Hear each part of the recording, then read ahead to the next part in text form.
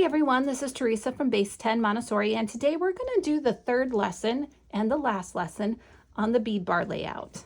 Now, if you haven't seen my other two lessons on this material, don't forget to check the comment section down below. I've got links to other videos, I've got links to this math group series, and I'll also post my affiliate links to Montessori materials on Amazon if you're interested in buying any of these materials through my Amazon links. Now for today's lesson, we're going to start out by picking a simple number, and I like to pick the number 12 for this lesson. And I'm going to tell my student that I'm going to start by making the number 12. Now you can start with 1 if you want. In my album, I always start with 2, but you can feel free to go through the 1s if you would like, but that's actually not in my album. I start with 2. So I'm going to start with 2 right here. 2, 3, 4, 5, 6,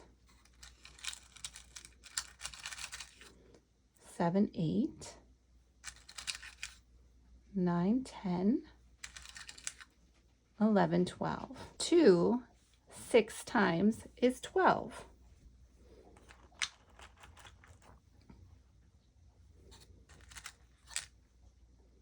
So 2 6 times is 12.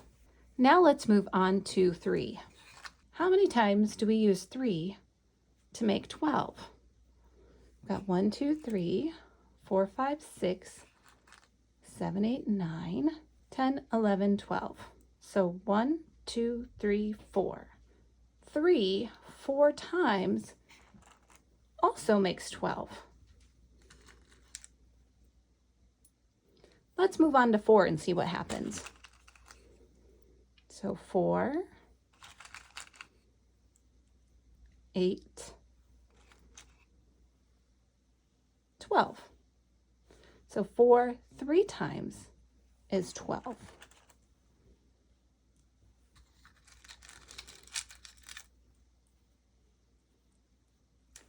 Let's try 5 and see what happens.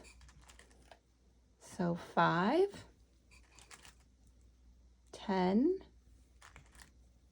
15. Now, for students who are doing this, remember they've been working with the bead chains, they've been practicing skip counting. It's possible they might be skip counting like I'm doing here. Otherwise, it's okay for them to linear count. And they're going to see when they do 5, either they have to stop at 10 or go to 15. And so when that happens, we'll just let them know, oh, you know what? We can't make 12 with our 5s. So we need to put that back because it doesn't work. Now, what if we do 6? Well, let's try 6 2 times is 12.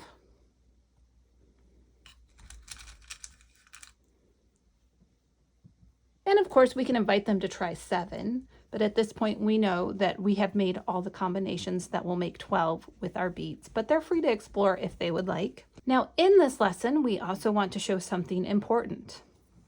We want to show that 2 times 6 is 12, and 6 times 2 is also 12. And you remember what that rule is called. And of course, we've gone over this rule with our addition board, so we have introduced it, and we're going to let them know that this is the commutative law. So we're going to introduce that again and just make sure they know that it doesn't matter which order we place it in. 2 times 6 or 6 times 2, they both end up the same way, so it doesn't matter which way we write our equations. Just like the other two lessons on this material, we don't have any control of error. This is simply exploratory. When we get into the multiplication board lessons, we will introduce a control of error. So this is purely exploratory. We're just allowing them to make different combinations. So once we finish this, we can invite them to put it away and start working with any combination they like. So they can pick 100 if they want. They can pick 72 if they want. So any number that they want to pick, that they want to build for this lesson, is perfectly fine.